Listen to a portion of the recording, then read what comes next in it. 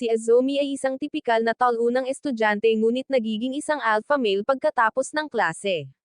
Gayunpaman, nang malaman ito ng pinakasikat na babae, nahulog ang loob niya sa kanyang Riz at sinubukang makipagsesyon. Nagsimula ang lahat sa simula ng bakasyon sa tag-init, at si Huri, ang pinakasikat at maganda sa paaralan, ay niyaya ng kanyang mga kaibigan na tumambay, ngunit tumanggi siya. Nang sandaling iyon, nabitawan niya ang kanyang telepono, at ang pinakamalaking talunang estudyante sa klase, si Azumi, ay tinulungan siyang kunin ito at basta na lamang lumabas. Ang iba pang miyembro ng klase ay nagchichismisan tungkol kay Azumi bilang isang ganap na otako.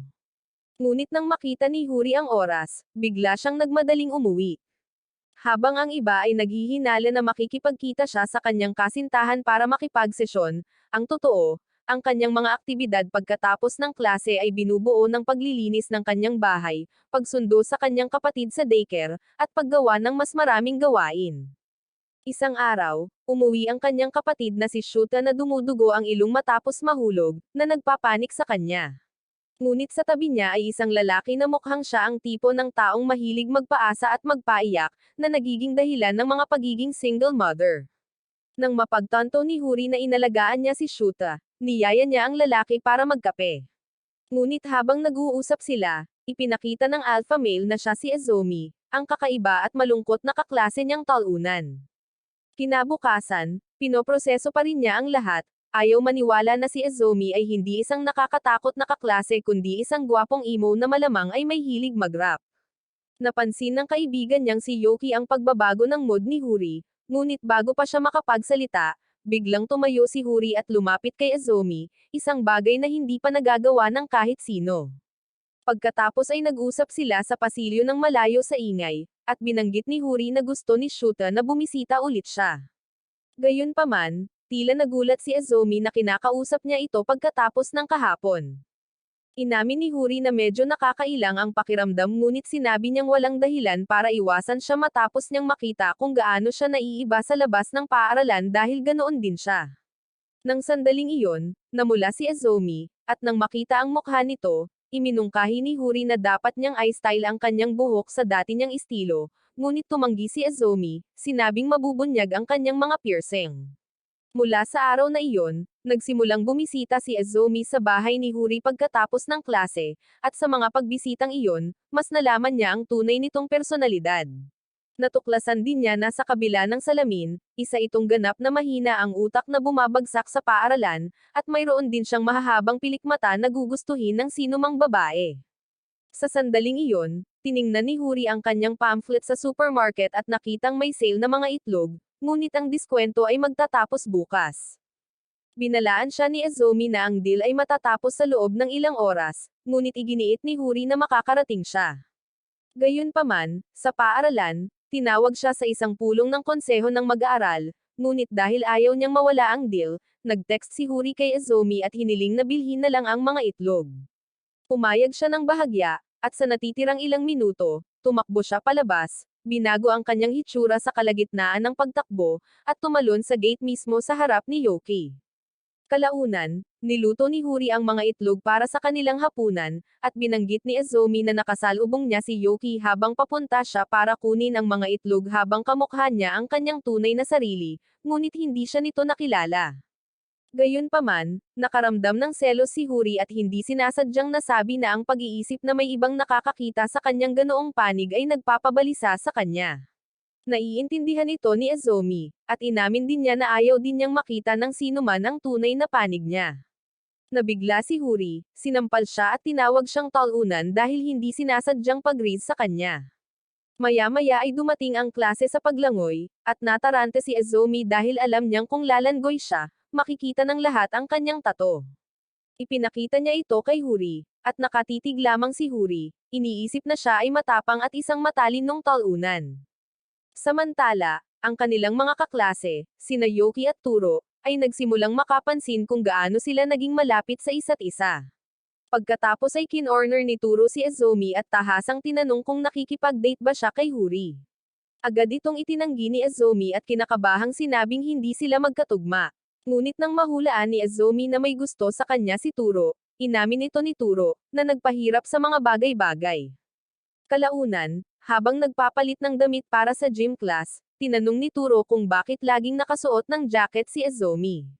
At para maiwasan ang mga tanong niya, ipinakita ni Ezomi sa kanya ang tato na itinatago niya. Nagulat si Turo, nagtaka kung may isang taong tulad ni Ezomi na mayroon nito. Ngunit nang tingnan siya ni Turi mula ulo hanggang paa, nakita niyang gwapo pala talaga si Ezomi. Kaya hinawakan ni Turo ang mukha nito, iniisip kung tipo ba siya ni Huri. Pagkatapos nilang mag-hangout, nangako si Turo na itatago ang sikreto ni Ezomi ngunit hindi niya maiwasang makaramdam ng kuryosidad kung paano siya naging ganito kalapit kay Huri. Sinabi lang ni Ezomi na natural lang ang nangyari, at sa tingin niya ay mabait lang si Huri. Matapos marinig iyon, humingi ng pahintulot si Turo na aminin ang kanyang nararamdaman sa kanya, at sinabi ni Ezomi sa kanya na ang desisyon ay kanya. Sa huli, pareho silang lumiban sa gym class, na nag-iwan kay Yoki na galit sa paglilinis. Sa buong araw, dumistansya si Ezomi kay Huri, dahil alam niyang plano ni Turo na umamin pagkatapos ng klase. Nag-alok pa nga si Ezomi na sunduin si Shuta, binigyan si Huri ng espasyo para sa pag-uusap. Nang sa wakas ay umamin si Turo, nakinig ng mabuti si Huri at tinanggihan siya. Nang gabing iyon, pag-uwi niya, nadatnan niya roon si Ezomi, at galit na galit siya rito. Nabalitaan niya na sinabi ni Ezomi kay Turo na mabait lang siya rito. Pinanindagan nito ni Ezomi, sinabing ayaw nitong masira ang reputasyon nito or ibaba siya dahil lang sa pagiging malapit dito. Nang marinig iyon, nagsimulang umiyak si Huri, sinabihan itong huwag isipin ang nararamdaman nito nang hindi nalalaman noong una. Sinubukan ni Ezomi na humingi ng tawad, ngunit pumalit ang galit, at sinampal siya ni Huri, sinabing mas mahalaga ito sa kanya kaysa sa kanyang inaakala, at gusto niya na kasama niya ito dahil mas nagiging masigla ang kanyang tahanan. Sa wakas, naunawaan na ngayon ng walang laman na utak ni Ezomi na mahalaga ito sa kanya. Pagkalipas ng ilang araw, isinama ni Huri si Ezomi upang bumili ng mga grocery, at mas lalong naging malapit ang dalawa habang magkatabi silang naglalakad sa mga kalye. Habang pauwi sila, nakakita si Huri ng isang maliwanag na poster ng anime sa dingding ng isang tindahan at hindi namamalayang kinanta niya ang bahagi ng theme song. Agad itong narinig ni Ezomi at natawa, sinasabing nakakagulat na magaling siya rito. Dahil sa hiya, marahang hinampes ni Huri si Ezomi sa mukha, ngunit hindi na kumurap si Ezomi dahil matagal na siyang nasasanay sa mga biglaang hit nito. Mabilis niyang ipinaliwanag na lagi raw pinapatugtog ni Shuta ang kantang iyon, kaya tumatak lang ito sa kanyang isipan. Ngunit nang tanungin ni Ezomi kung anong uri ng musika ang talagang gusto niya, natahimik si Huri, dahil wala naman talaga siyang alam na ibang kanta maliban sa mga pinapakinggan ni Shuta. Kalaunan, nang makauwi si Huri, nagulat siya nang makita ang kanyang ina roon. Agad na ikinwento ni Shuta ang lahat mula noong araw na nasaktan siya hanggang sa kung paano madalas na tumatambay sa bahay ang lalaking nagligtas sa kanya ngayon. Dahil sa kuryosidad, tinanong ng kanilang ina ang tungkol sa misteryosong kaibigang ito at tinanong si Huri tungkol sa pangalan nito, ngunit doon napagtanto ni Huri na hindi niya alam ang buong pangalan ni Ezomi. Mas lalong bumabagabag sa kanya ang detalyeng ito kaysa sa nararapat, ngunit pinipigilan siya ng kanyang pagmamalaki na direktang tanungin ito. Kaya habang nasa klase sa gym, sinubukan niyang makinig sa silid-bihisan ng lalaki, umaasang may magbabanggit ng buong pangalan nito. Ngunit nahuli siya ni Shu sa akto at sinabi sa lahat na gustong makita ni Huri ang mga joystick nila, na nagtapos sa pag-iisip ni Yoki na si Huri ay palihim na isang taong talunan. Ngunit hindi man lang ito itinanggi ni Huri. Kalaunan, tiningnan ni Huri ang rangkang board para sa mga nangungunang estudyante, iniisip na maaaring magpakita doon ang pangalan nito. Ngunit naalala niya na si Ezomi ay isang ganap na walang utak, kaya wala roon ang pangalan nito. Nang malapit na siyang sumuko, biglang bumati sa kanya si Turo. Nang sinubukan niyang tanungin ito tungkol sa buong pangalan ni Ezomi, bigla nitong naalala ang sakit ng pagtanggi nito at biglang tumakas habang umiiyak. Nang gabing iyon sa hapunan, hindi pa rin maalis sa isip ni Huri ang buong pangalan ni Ezomi. Iminungkahi ng kanyang ina na imbitahan siya para sa katapusan ng linggo dahil gusto niya itong pasalamatan ng maayos. At ang ideya ay nagudyok kay Huri na kung darating si Ezomi, baka pwedeng itanong ng kanyang ina ang buong pangalan nito. Kinabukasan, dumating si Ezomi, nagulat sa kung gaano kabait na pagbati ng ina ni Huri sa kanya. Binigyan niya ito ng ilang pagkain, at nagpasalamat ang ina kay Izumi para sa lahat ng nagawa nito para sa pamilya nito. Kalaunan, pagbalik ni Huri, nakaalis na ang kanyang ina para magtrabaho, at na si Huri na hindi niya naitanong ang buong pangalan ni Izumi sa kanyang ina. Pagkatapos, casual na binanggit ni Izumi na tinawag siya ng kanyang ina sa buong pangalan nito. Dahil sa kuryosidad, agad na tinanong ni Huri kung ano iyon, ngunit umiwas si Izumi sa tanong at itinuro na kakaiba ang kinikilos nito nitong mga nakaraang araw, tulad ng kapag sinusubukan niyang tingnan ang mga kilikili ng lalaki. Pagkatapos ay ngumiti ito at nagtanong kung may particular na joystick ba na gusto niyang makita doon, ngunit natarante si Huri at ipinaliwanag ang totoo. Humagalpak ng tawa si Izumi nang mapagtanto niyang pinagdaanan niya ang lahat ng iyon para lang malaman ang pangalan niya. Kumuha siya ng panulat, isinulat ang buong pangalan niya sa isang tisyo, at iniabot ito sa kanya ng may ngiti. Matapos itong basahin, itinago niya ang tisyo at tinanong kung alam ba nito ang buong pangalan niya. Laking gulat niya nang malaman niya, na ikinagulat niya, kaya naman parang natalo siya, at pinagtawanan na lang nila ito. Pagkalipas ng ilang araw, nakatanggap si Huri ng isang assignment mula sa Student Council. Ipinaliwanag ni Nakakiro, ang presidente, at Sakura, ang kanyang vice-presidente, na hindi kayang hawakan ng mga bagong miyembro ang workload, kaya umaasa sila sa kanya gaya ng dati. Hindi makatanggi si Huri at nauwi sa pagkalubog sa trabaho ng ilang araw, sapat na para mag-alala kahit si Yoki. Mula sa malayo, pinanood ni Naturo at Azumi, na naaawa sa kanya ngunit alam nilang wala silang silbi pagdating sa mga papeles. Nagbiro si Azumi na baka ganito kahirap ang ginagawa ni Huri para pahangin si Kakiro, ang pinakamatalino at pinakasikat na lalaki sa paaralan. Pagkatapos, dumating ang isa pang miyembro ng konseho, si Remy, para tingnan ang mga dokumento ni Huri matapos itong ibigay ni Huri. Bamulong si Yoki na si Remy ay parang mascot ng konseho ng mga estudyante at kasintahan ni Kakiro, ngunit isa rin itong walang silbing estudyante na nagpapaubaya ng kanyang mga tungkulin sa iba, kung saan si Huri ang kanyang pangunahing biktima. Tahimik na sumang-ayon si Huri ngunit hindi nagreklamo, iniisip na hindi rin naman kakayanin ni Remy ang trabaho. Kalaunan, nang makita kung gaano kapagod si Huri, naisip ni Azumi na sorpresahin ito ng isang cake mula sa kanyang tindahan pagkatapos ng klase. Ngunit nang sandaling iyon, nakasalubong siya ni Remy, nahulog ang lahat ng mga dokumento ng konseho na dala niya. Tinulungan siya ni Azumi, ngunit iginiit ni Azumi na huli na siya at sinabihan siyang itapon na lang ang hawak niya, sinasabing hindi ito mahalaga, bago tumakbo palayo. Nag-atubili si Azumi ngunit itinago ang papel, dahil sa pakiramdam na maaaring mahalaga ito. Kinabukasan, sumiklab ang kaguluhan. Isang grupo ng mga tao ang nagtipon sa labas ng silid-aralan, at dumating si Azumi upang makita si Huri na napapaligiran ng konseho ng mga estudyante, ipinagtatanggol ang sarili laban sa kanilang mga akusasyon. Iginiit niya na isinumite niya ang lahat ng dokumentong hiniling nila, ngunit sinabi ni Nakakiro, Sakura, at Remy na hindi nila natanggap ang ulat ng budget ng konseho. Nagulat si Yoki sa kanilang akusasyon habang galit na ikinakatwiran ni Turo na hindi makatarungang sinisisi si Huri. Iginiit ni Kakiro na hindi kailanman natanggap ni Remy ang ulat ng budget at inakusahan si Huri ng pagiging pabaya. Kaya hiniling niya kay Huri na humingi ng tawad sa kanila. Habang umiikot ang ulo ni Huri, kinukwestiyon ang sarili niyang kakayahan, lahat ng nasa paligid niya ay nagchichismisan tungkol sa kung paano siya isang walang silbing babae dahil sa pang-aabala sa kanilang minamahal na pangulo ng konseho. Nanatili si Yoki at Turo na matatag, iginiit na pinaghirapan ni Huri ang sarili. Ngunit hindi tumigil ang mga akusasyon, at hiniling pa rin nila na humingi siya ng tawad sa isang bagay na hindi niya ginawa. Doon humakbang si Azumi. Kalmado niyang iniabot ang kanyang bag at salamin kay Turo at lumapit kay Huri, sinabihan itong huwag humingi ng tawad. Walang imak, hinawakan niya si Kakiro sa kurbata at hinidbat sa ulo ang sikat na basurang ito.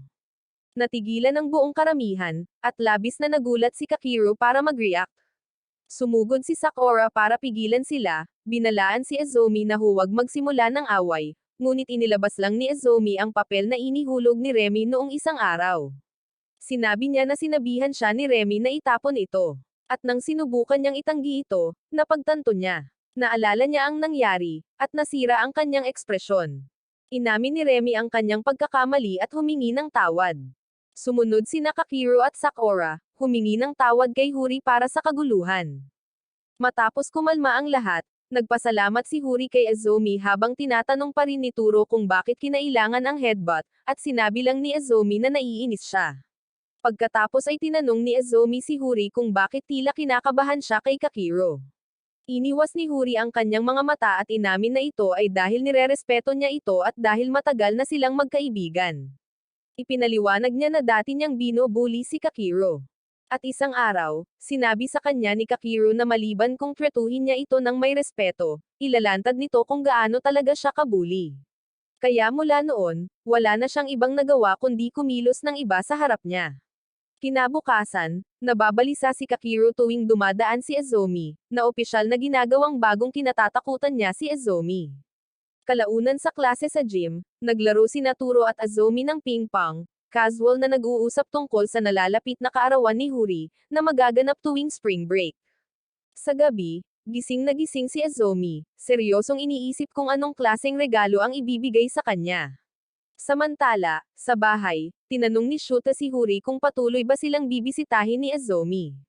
Hindi niya alam ang sagot, at ikinababalisan niya ito. Inamin ni Shuta na malulungkot siya kung hindi na dadalaw si Azumi, at tahimik na sumang-ayon si Huri, dahil ganoon din ang mararamdaman niya. Ngunit nang sa wakas ay dumating ang kanyang kaarawan, sumulpot si Azumi sa kanyang pintuan dala ang isang disc na puno ng mga paboritong kanta ni Azumi mula sa mga artistang tulad ni Alger Abrenica at Carlos Agassi. Sa kaibuturan, iyon mismo ang gusto niya. At habang tinatanggap niya ito ng nakangiti, tahimik na natapos ang pagtatapos ng spring break at ang simula ng kanilang huling taon ng pasukan. Sa pagkakatanda niya, hindi kailanman nagustuhan ni Azumi ang ideya ng mga kaibigan sa paaralan or mga guro. Mula noong bata pa siya, walang sino man ang nagtangkang lumapit sa kanya. Kahit ang mga guro ay tila sinasadya siyang ihiwalay, gumagawa ng mga aktibidad sa grupo para lamang itampok kung gaano siya kahindi kanais-nais at nag-iisa. Dinadala niya ang sakit na iyon sa loob ng maraming taon, at ang kanyang unang piercing ay naging simbolo nito.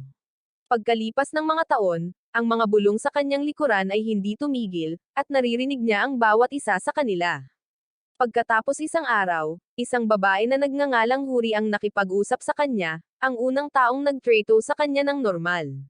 Ngayon, sina Azumi, Huri, Yoki, at Turo ay muling nagtapos sa iisang klase. Masayang nag-uusap ang iba, nasa sabik na magkakasama silang lahat. Pero hindi maiwasan ni Azumi na magtaka kung talaga bang kabilang siya sa grupong ito. Nang ayanunsyo ng guro ang isang proyekto ng grupo, inihanda ni Azumi ang sarili sa karaniwang pagtanggi. Ngunit sa pagkakataong ito, agad na lumapit sina Huri, Turo, at Yoki at bumuo ng isang grupo na may 4 na miyembro, isang bagay na hindi pa niya naranasan noon. Sa tanghalian, mabilis na pumunta si Azumi sa rooftop para mag-isip, ngunit madali siyang natagpuan ni Turo doon. Sa kanyang pag-iisip, biglang tinanong ni Azumi kung ano talaga ang iniisip ni Turo tungkol sa kanya. Direktang sumagot si Turo na hindi niya gusto kung gaano kalapit si Azumi kay Huri, hindi niya gusto ang kanyang mga bulong-bulungan, nakikita siyang kakaiba paminsan-minsan, at kinasusuklaman niya kung gaano kabait si Azumi kaya hindi niya matanggap na hindi niya ito pansinin. Pagkatapos ay tinanong ni Turo kung bakit tinatawag pa rin siya ni Azumi sa kanyang apelyido kung malapit na sila. Sinubukan ni Azumi na banggitin ang kanyang unang pangalan, ngunit namula siya sa kalagitnaan, at naging awkward ang sandali. Inamin ni Azumi na hindi pa niya natatawag ang sino man sa kanilang unang pangalan noon. Tinawag siya ni Turo na kakaiba, na nagpaalala sa kanya ng malungkot na nakaraan ni Azumi, ngunit idinagdag niya na hindi niya ito kinamumuhian. Sa unang pagkakataon, hiniling ni Azumi na sana ay makabalik siya at sabihin sa kanyang nakababatang sarili na magiging maayos din ang lahat sa kalaunan. Kinabukasan, dahil nagsimula nang pumasok si Shuta sa paaralan, nagsimulang gumising ng maaga si Huri at dumating sa paaralan ng mas maaga. Habang nawawala sa pag-iisip, biglang sumulpot si Remy sa harap niya at nagtanong tungkol sa relasyon niya kay Azumi. Mabilis na sinabi ni Huri na walang namamagitan sa kanila, ngunit ngumiti si Remy at ipinahayag na kukunin niya si Azumi para sa kanyang sarili, dahil hindi naman siya nililigawan ni Huri. Naguguluhan, sinubukan ni Huri na intindihin ang ibig niyang sabihin, at ipinaliwanag ni Remy na kung ayaw ni Huri sa kanya, magugustuhan niya na ang mainit na asset ni Azumi ay tatapik sa kanyang mga pisngi. Ang imahe ni na Remy at Azumi na magkasama ay biglang pumasok sa isip ni Huri, at hindi niya ito matiis. Kaya't bigla niyang sinabi na pag-aari niya si Azumi. Gayunpaman, ipinaalala ni Remy kay Huri na dahil walang sino man ang daddy kay Azumi, walang sino man ang may karapatan sa kanya. Ngunit doon tumayo si Huri at ipinahayag na hindi niya hahayaang makuha siya ng iba. Sa buong araw, hindi mapigilan ni Huri ang pag-iisip tungkol sa sinabi niya at tungkol kay Azumi. Nang gabing iyon, dumaan si Azumi sa bahay nila na may dalang pagkain, ngunit ipinakita niyang wala si Shuta sa bahay. Simula nang lumabas ang kanyang kapatid para maglaro, madalas na magkasama sina Huri at Azumi. Nang araw na iyon, nagpa siya silang manood ng mga horror movie, at natuklasan ni Huri na si Azumi ay isang takot na takot. At nang tumunog ang kanyang ringtone or na-off ang ilaw, natakot siya, iniisip na nandoon si Valak. Sinusubukang ibaling ang usapan, binanggit ni Azumi ang mga kamay ni Huri at kung paano siya may dobleng kasukasuan, isang bagay na nabanggit ni Yoki noon. Pinagkumpara ni Yoki ang kanilang mga kamay at napagtanto niyang mas maliit ang sa kanya. Sumali si Turo sa pagkukumpara ng mga sukat ng kamay, ngunit binalaan siya ni Huri na huwag hawakan ang kamay nito dahil baka kagatin niya ito. Bumalik sa kasalukuyan, pinagkumpara rin ni Azumi at Huri ang mga kamay, ngunit sa pagkakataong ito ay si Huri ang nagkusa at hinawakan ang kamay nito. Nang pisilin siya nito pabalik, marahang sinabi niya na mahal niya ito ngunit mabilis na idinagdag na mahal niya ang kamay nito. Alam ni Azumi ang tunay niyang ibig sabihin ngunit hindi siya pinilit, kaya ngumiti ito at sinabing gusto rin niya ang kamay nito, ngunit alam nilang dalawa na hindi kamay ang pinag-uusapan nila. Pagbalik sa paaralan, kinausap ni Remy si Sakura tungkol sa kung gaano katapang na inaangkin ni Huri na kanya si Azumi. Inamin ni Remy na nang aasar lang siya, ngunit ikinagalit ito ni Huri. Narinig ni Azumi ang lahat, at nakaramdam siya ng conflict. Kinabukasan, dumating si Azumi sa paaralan na may pasa sa pisngi. Agad na tinanong ni Huri kung ano ang nangyari. Sinabi niyang nakipag-away siya kay Turo, at handa na si Huri na harapin siya. Ngunit nang pumasok si Turo, mas malala pa ang itsura nito kaysa kay Azumi. Hinayla ni Yoki si Azumi palayo habang kinausap ni Huri si Turo. Noong gabi bago iyon, nagtatambay sila sa kwarto ni Azumi nang banggitin ni Turo ang narinig niya mula kay Remy tungkol sa kung paano may nararamdaman si Huri para sa kanya. Itinanggi ito ni Azumi, sinabing magkaibigan lang sila at labis na nag-iisip si Turo. Sinabi niyang hindi nila malalaman ng sigurado maliban kung si Huri mismo ang magsabi nito. Dahil sa pagkadismaya, hinampas ni Turo ang mesa, at sinampal siya ni Azumi, na sinasabing nagulat siya.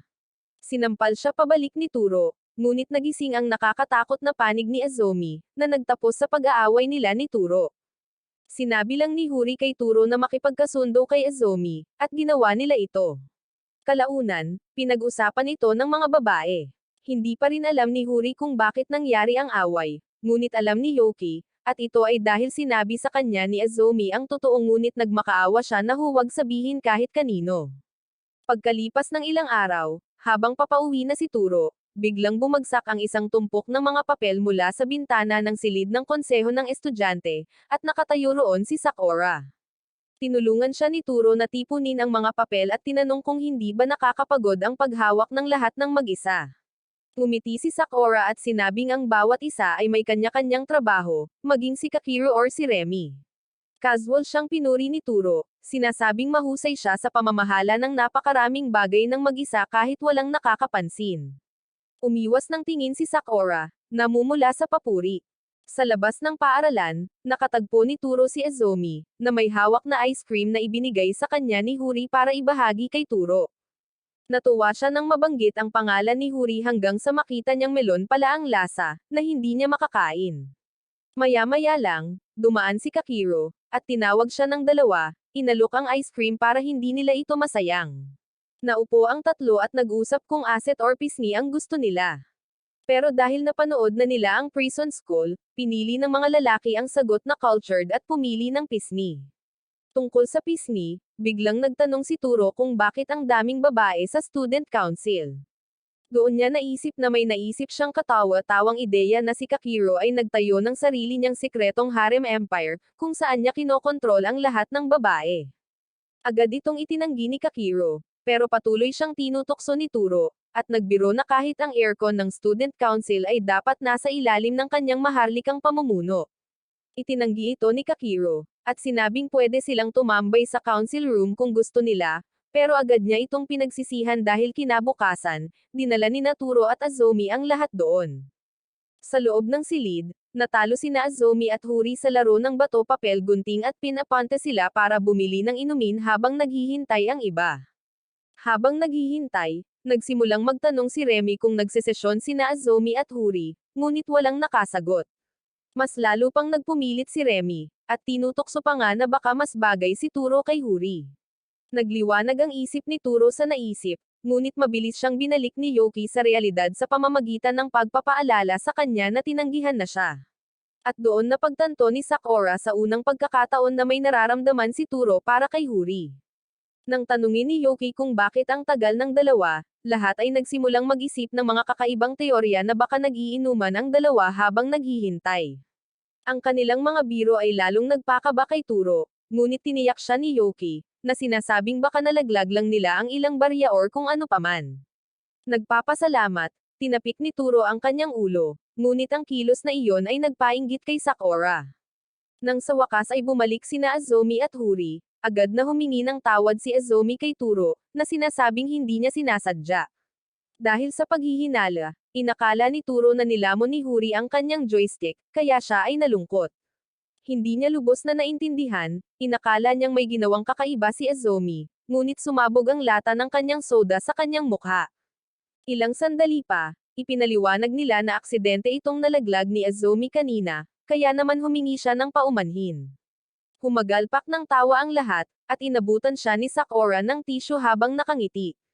Nang gabing iyon, nag-aaral si Azumi sa bahay ni Huri, at humingi ng tawad si Huri dahil sira ang aircon niya. Sinabi ni Azumi na wala siyang pakialam, dahil sanay naman siyang matulog ng walang saplot. Nagulat si Huri, at naalala niya kung paano niya ipinakita ang tato niya dati. Pagkatapos ay tinanong niya kung bakit siya ang natatarante dahil lang sa ipinakita ng isang lalaki ang katawan nito. Determinado, hiniling niya rito na ipakita ulit ang tato. Sa literal na pag-unawa sa kanya, nagsimulang mag-alis ng suot si Azumi, at sinigawan siya ni Huri. Sinabihan itong huwag mag-alis ng suot dahil may nagsasabi, lalo na sa isang magandang babae na kaharap niya. Tinanong niya ito kung palagi ba itong bukas sa harap ng mga tao, at medyo nailang na tumanggo si Azumi. Bago pa siya makapagpilit pa, ibinalik ni Azumi ang tanong sa kanya, at tinanong kung ano talaga ang gusto niyang sabihin. Inamin ni Huri na hindi pa niya ito nakikitang napahiya, at palagi siyang natataranta. Ngumiti si Azumi at sinabing kinakabahan din siya, kaya ikinwento niya rito ang tungkol sa pagkakataong nakilala niya ang kanyang dating kaibigang si Shindo. Sinabi ng lalaki kay Azumi na ipinagmamalaki niya ito, at walang ideya si Azumi kung ano ang pinag-iinggay ng lalaking ito. Pagkatapos ay tinukso siya ni Shindo tungkol sa pakikipag-date sa isang babae, at agad itong itinanggi ni Azumi, iginiit na hindi sila ganoon ni Huri.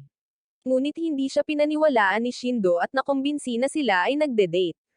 Nangako si Azumi na ipapaliwanag niya ang hindi pagkakaunawaan mamaya. Ngunit sa kaibuturan, hindi talaga alintana ni Huri na iniisip ng mga tao na nagde-date sila. Nang sandaling iyon, nag-text si Shindo ng larawan niya at ng kanyang kasintahan, na nag-imbita kay Azumi sa isang double date. Nataranta si Azumi, ayaw makita ni Huri, at napansin ito ni Huri. Ngunit mabilis na itinago ni Azumi ang kanyang telepono at sinigawan siya bago tinawagan si Shindo para patahimikin ito. Natigilan si Huri, napagtanto na hindi pa niya nakikita ang ganoong panig niya, at nagsimula siyang magtaka kung anong klaseng tao siya noon. Pagkalipas ng ilang araw, nakasalubong ni Huri si Shindo, at hindi niya ito nakilala, ngunit malinaw na alam ng lalaki kung sino ito. Sa sandaling iyon, si Azumi ay kasama si Turo, at napansin ni Turo si Huri na nakikipag-usap sa isang estranghero. Nang makitang si Shindo iyon, sumugod si Azumi at sinampal ito sa mukha para itigil ang kanilang pag-uusap, ngunit tinawanan lang ito ni Shindo at hiniling na ipakilala ng maayos. Ipinakilala ni Azumi si Shindo bilang ang talunan na na-atras isang taon dahil sa pagkakaroon ng matalinong utak. Ngunit ipinaalala sa kanya ni Shindo na pumapasok siya sa pinakamahusay na paaralan sa buong lungsod, na ikinagulat ng iba. Gayunpaman, sinabi ni Shindo na sana ay sumama siya kay Azumi, dahil tila mas masaya siya. Iminungkahi ni Shindo na kumain silang lahat sa isang lugar na malamig at may air conditioning. At habang nasa daan, naalala ni Azumi kung paano sila unang nagkakilala. Ito ay pagkatapos ng isang pagpapalit ng klase at may bumangga kay Azumi, na nagpabagsak sa kanyang mga libro sa sahig. Dahil sa pagkadismaya, yumuko si Azumi para pulutin ang mga ito. Ngunit dumating si Shindo, tinulungan siyang tipunin ang mga libro habang mali ang pagbigkas ng pangalan at pagtawag sa kanya dahil nakakainis ito kay Azumi. Ngunit kahit papaano, iyon ang simula ng kanilang pagkakaibigan. Naalala niya ang mga kaibigan ni Shindo na nagtatanong kung bakit siya nakikisama kay Azumi, ngunit binaliwala sila ni Shindo, sinabing babalik siya sa kanila kung gugustuhin niya. Sa huli, binago ng presensya ni Shindo ang buhay ni Azumi noon, katulad ng pagbabago ni Huri ngayon. Kinabukasan, nagising si Huri na may lagnat at natarante si Shuta, ngunit sinubukan pa rin ni Huri na maghanda para sa paaralan. Kinuha niya ang bag nito at dahan-daang itinulak siya pabalik sa kama, nangakong pupunta sa paaralan at kukuha ng gamot para sa kanya. Pagkatapos uminom ng gamot, nakatulog siya. Habang natutulog, napanaginipan niya ang kanyang ina at ang oras na umalis ito habang may sakit ang kanyang sariling anak na babae. Bigla siyang nagising at nakita si Azumi na nakaupo sa tabi ng kanyang kama. Inalok niya ito ng isang mainit na tuwalya. At sa una, inakala ni Huri na guni-guni lamang siya nito, ngunit ipinaliwanag ni Azumi na tinawagan siya ni Shuta para humingi ng tulong. Tiningnan niya ang temperatura nito at tinanong kung nakainom na ito ng gamot. Nang sumagot ito ng oo, tumayo ito para kumuha ng maiinom. Ngunit habang papalayo, biglang sumigaw si Huri, at tinatanong kung saan ito pupunta. Bumalik ang alaala ng pag-alis ng kanyang ina at hinawakan nito ang kamay ni Azumi, nagmamakaawa na huwag itong iwan. Dahil sa pag-unawa, umupo muli si Azumi at sinabing hindi ito pupunta kahit saan. Nanatili siya hanggang sa makatulog ito, tinawagan pa nga niya ang paaralan at ang kanyang ina para ipaliwanag ang lahat. Ngunit bago umalis, huminto sandali si Azumi at sinabi kay Huri na mahal niya ito at matagal na niya itong mahal. At wala siyang pakialam kung natutulog ito or nagpapanggap. At pagkatapos niyang umalis, nagising si Huri, nanlalaki ang mga mata, gulat sa kanyang narinig. Pagkatapos ng ilang araw na pagliban sa paaralan, gumaan ang pakiramdam ni Huri, ngunit ang alaala ng pag-amin ni Azumi ang pumihil sa kanya na bumalik sa paaralan. Nang araw na iyon, habang naglalakad papunta sa paaralan, nakita ni Shuta si Azumi na may kasama na naglalakad kasama ang isang babaeng hindi niya kilala. Pag-uwi niya, casual niyang binanggit ito kay Huri, sinabing may kasama si Azumi at tila malapit sila sa isa't isa. Hiniling ni Huri na marinig ang mga detalye mula sa kanya, at sinabi ni Shuta na ang babae ay nakasuot ng ibang uniforme at nasa kanyang mga bisig. Agad na naisip ni Huri ang conclusion, iniisip na ang babae ay isa sa mga nakatagong babae ni Azumi. At ang pag-amin niya rito ay para lang mapasama ito sa listahan. Nang gabing iyon, gusto niyang i-text si Azumi para direktang tanungin ito. Pero hindi niya magawa, dahil ang kanyang mga iniisip ay kalat-kalat na kahit ang pagsulat ng isang linya ay parang imposible. Pagkalipas ng ilang araw, sa wakas ay bumalik siya sa paaralan at sinalubong siya ni Turo ng may pananabik.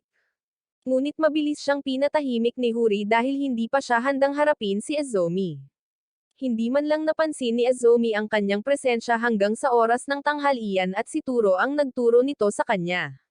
Kalaunan pagkatapos ng klase, nakita ni Azumi si Huri na palihim na naglalakad at tinawag siya nito, na ikinagulat niya.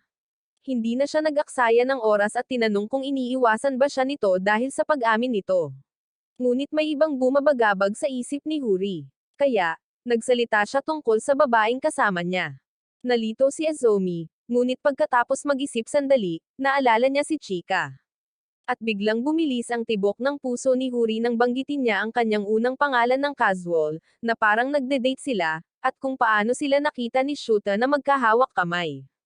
Nagmamadaling ipinaliwanag ni Azumi na si Chika ay kasintahan ni Shindo at malamang nakita ni Shuta ang sandaling nadapa ito at nahuli siya nito. Nadaig ng selos ni Huri at sinimulan niyang batuhin ng mga libro si Azumi, sinisigawan kung paano niya paulit-ulit na tinatawag si Chika sa kanyang unang pangalan habang tinatawag si Huri sa apelyido ng kanyang pamilya. Bigla siyang umalis sa pagkadismaya, hindi alam na sa totoo lang, hindi alam ni Azumi ang buong pangalan ni Chika. Kalaunan, nagsisi si Huri. Napagtanto ni Huri kung gaano siya katawa-tawa at nag-alala na baka galit na si Azumi sa kanya ngayon. Nang gabing iyon, umuwi si Shuta at sinabing kasama niya si Azumi, na nagpapanik kay Huri. Ngunit dumating si Azumi at ibinalik ang librong itinapon niya at nilinaw ang hindi pagkakaunawaan.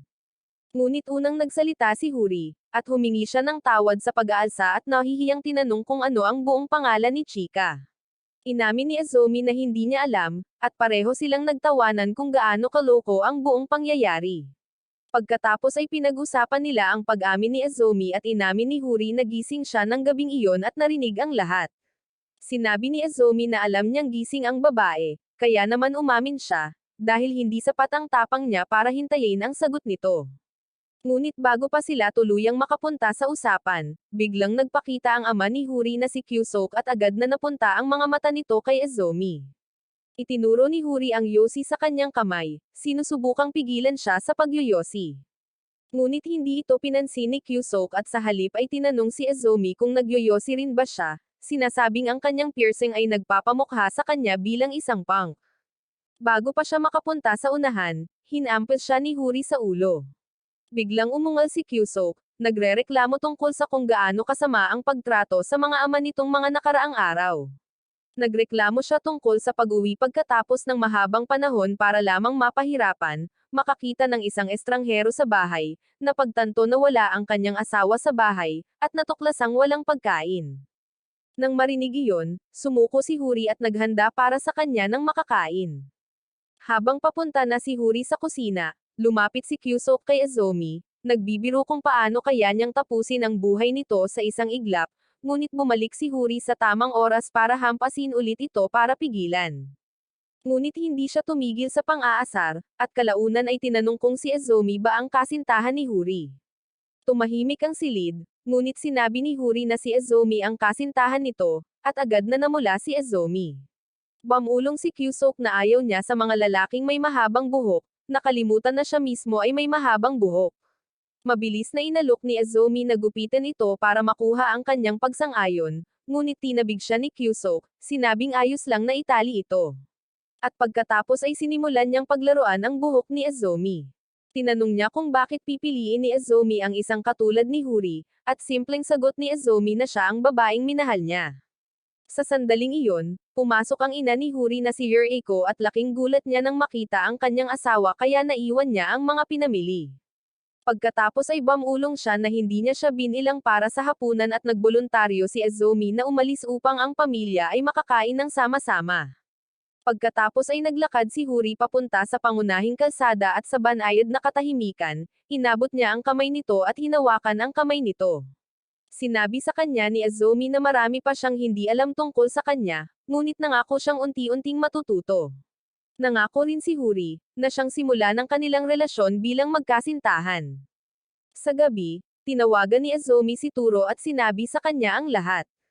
Sinabi ni Turo na ayos lang sa kanya, ngunit nang matapos ang tawag, tahimik siyang napaiyak, napagtanto na opisyal na niyang nawala si Huri. Kinabukasan, nakita ni Sakura si Turo sa pasilyo at napansin kung gaano ito kalungkot. Tinawag ni Remy si Sakura, tinatanong kung ano ang tinatitigan nito. At nang subukang balewalain ito ni Sakura, iginiit ni Remy na magbukas si Sakura sa kanya, na nangangakong makikinig ito. Gayunpaman, sinabi ni Sakura kay Remy na ang isang cute na babaeng tulad niya ay hindi kailanman makakaintindi, at umalis ito, sinasabi kung gaano niya kagusto na siya na lang. Naaalala niya kung paano sila palaging pinagkukumpara ng mga tao bilang ang maganda at ang simpleng babae, kung saan si Remy ang maganda at si Sakura ang simpleng babae. Ngunit sa kaibuturan niya, alam niyang palaging sinusuportahan siya ni Remy bilang kanyang matalik na kaibigan. Kaya, tumakbo siya pabalik sa silid ng konseho, ngunit wala roon si Remy. Sa sandaling iyon, sumulpat si Remy, sinabing pumunta siya sa banyo, at sinabi sa kanya ni Sakura na mayroon siyang isang lalaki na gusto niya. Samantala, naglalakad si Azumi sa tabi ni Huri habang si Turo ay sumama kay Shu. Nakaramdam ng pagkailang si Azumi na makita si Turo dahil alam niya ang nararamdaman nito para kay Huri, ngunit hinampas ni Turo ang ulo nito at sinabihan siyang tumigil sa pagiging kakaiba, tiniyak na ayos lang ito. Kalaunan, nag-aral sina Azumi at Huri, at hiniling ni Azumi sa kanya na tawagin siya sa kanyang unang pangalan. Ngunit nang subukan niya, nauwi lamang ito sa kanyang pagkautal-yutal. Pagbalik sa bahay ni Huri, casual na tinanong ni Shuta kung gaano katagal plano ni Kyusok na manatili. Sumunod si Yuriko, iniisip kung ayos lang ba talaga para sa kanya na iwanan ang kanyang proyekto sa trabaho. Sa sandaling iyon, bumalik si Huri kasama si Azumi, at hindi siya agad nakilala ni Kyusok dahil sa salamin. Ngunit nang alisin niya ito, naging magkaibigan na naman sila. Habang kumakain, malapit nang umuwi si Azumi nang iminungkahi ni Kyusok na magpalipas siya ng gabi at matulog kasama niya sa labas. Maya-maya, habang magkatabi silang nakahiga, ginawa ni Kyusok ang kanyang mga tungkulin bilang ama at tinanong kung ano ang nagustuhan ni Azumi sa kanyang anak na babae. Simpleng sagot ni Azumi na gustong-gusto niya kung paano hindi hinuhusgahan ni Huri ang mga tao batay sa kanilang hitsura. Ang tapat na sagot na iyon ay sapat na para makuha ang pagsang-ayon ni Kyusok. Kinabukasan, mas mainit ang pakiramdam sa bahay, na parang isang tunay na pamilya sila, at si Azumi ay tumungo na sa paaralan kasama ang iba pa. Ngunit paglabas niya ng bahay ni Huri kasama si Huri, nakita sila ng ilang kaklase, at nagsimula ang isang parang sunog na chismis tungkol sa pagkiliti ni Azumi sa tiyan ni Huri mula sa loob at na sila ay nagde-date, na kumalat sa buong paaralan. Parehong nadismaya sina Turo at Yoki sa kung paano nagchichismisan at nagtatawanan ang lahat sa likod ng kanilang kaibigan, at si Yoki ay umiyak pa sa pag-aalala para kay Azumi, na nagsisimula pa lamang magbukas ng kanyang sarili. Samantala, 2 talunan ang nagtanong kay Huri kung talagang nakikipag-date siya kay Azumi. At nang sabihin niyang oo, pinag-usapan nila kung paano sila mas bagay kay Huri kaysa sa isang malaking talunan tulad ni Azumi, na naririnig ni Azumi. Kaya kinabukasan, nagpatuloy ang pangungutya hanggang sa pumasok si Azumi sa klase na ibang-iba ang itsura. Wala na siyang salamin, mas matalas na hairstyle, at may kumpiyansang aura, na mabilis na napansin ng mga babae. Nang makita siya ni Huri, nagulat siya. Pagkatapos, pinalibutan ng mga babae si Azumi, tinatanong siya tungkol sa kanyang malaking pagbabago habang palihim na iniisip kung may dala rin ba siyang malaking bagay. Hindi natuwa si Huri na ang kanyang kasintahan ay biglang naging pangarap na daddy ng lahat, ngunit ang kanyang malamig na titig ay nagtulak sa lahat ng babae na umalis, at maging ang kanyang mga kaibigan ay naramdaman ito. Bigla, may kumuha ng nakakatakot na larawan ni Azumi para sa kanyang koleksyon ng mga kalokohan, ngunit tumanggi si Huri na mawala at kumuha ng sarili niyang mga larawan. Pag-uwi, hindi nakilala ni Kyusok si Azumi noong una at kailangan ipaalala sa kanya ni Huri kung sino siya. Pagkatapos, tinawagan ni Shindo si Azumi, ipinaalam sa kanya na nasa labas siya na may dalang mga candy para sa kanila. Ngunit nang makita ni Shindo ang malaking pagbabago, labis siyang nagulat sa pagbabago ni Azumi kaya nagsimula siyang magdalamhati sa pagkawala ng isang kaibigan, na parang nawawalan siya ng paborito niyang kaibigan sa mga lansangan. Pero nang kumalma na siya, ipinakita niya sa kanila ang red along ibinigay niya sa kanila sa anyo ng mga candy na may lasa. Kumuha si Huri ng isa at kumuha ng candy na may lasa ng keso, na talagang kinaiinisan ni Shindo. Pero nang makita iyon ni Azumi, kinuha niya ang candy at inalok na ipakain ito kay Shindo. At dahil alam niyang hindi ito nangyari noon, hinayaan ito ni Shindo at kinain. Pagkatapos ay kumain si Huri ng isa na parang luto ng asin. Pero nang makita ni Azumi na ayaw niya ito, lumapit siya at ninakawan siya ng kiss at ng candy mula sa bunganga nito.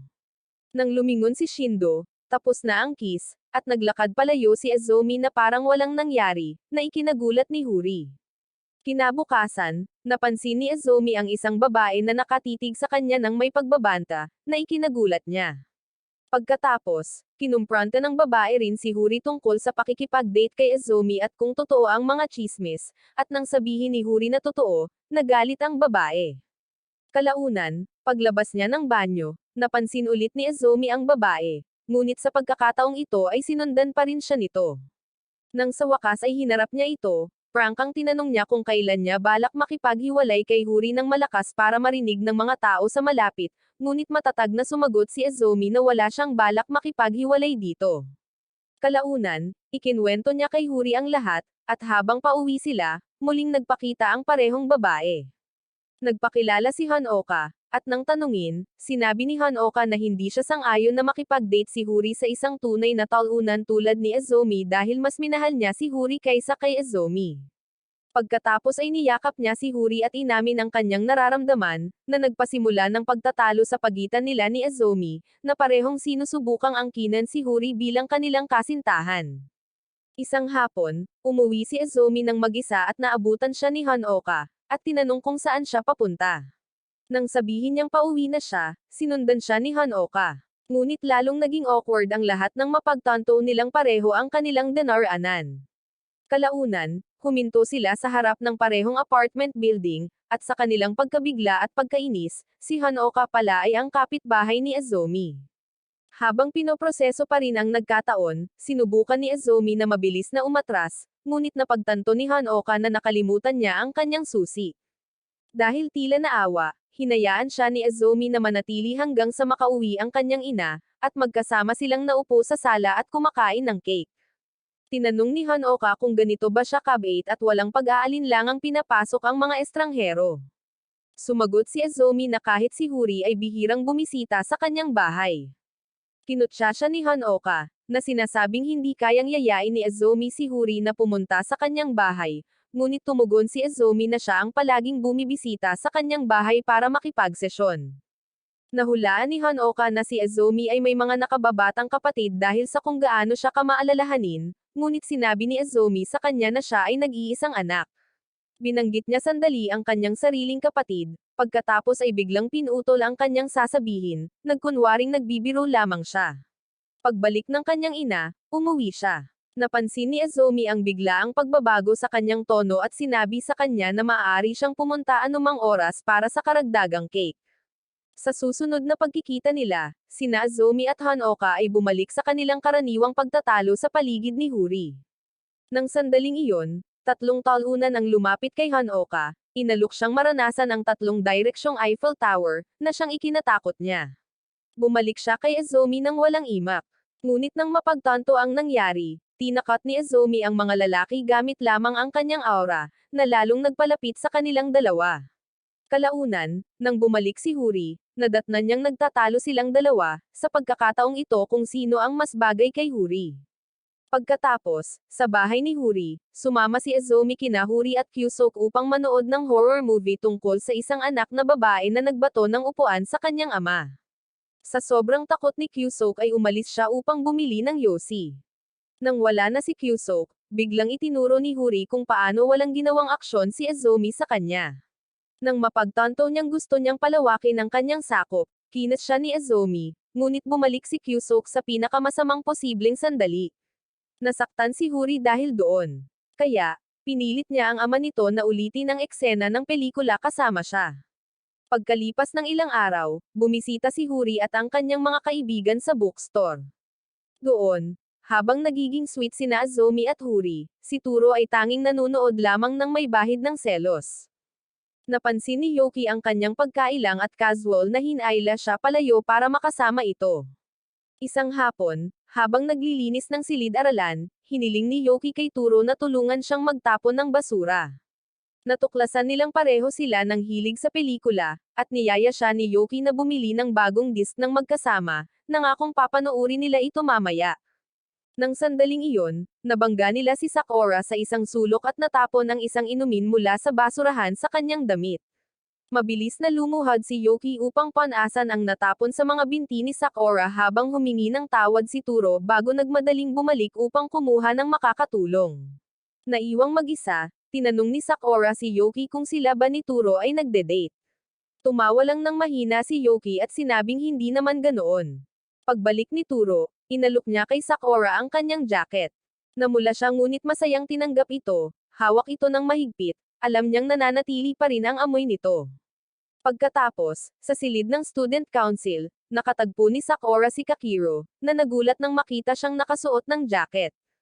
Habang iniisip pa rin ang nangyari, tinanong niya kung bakit niya mahal si Remy.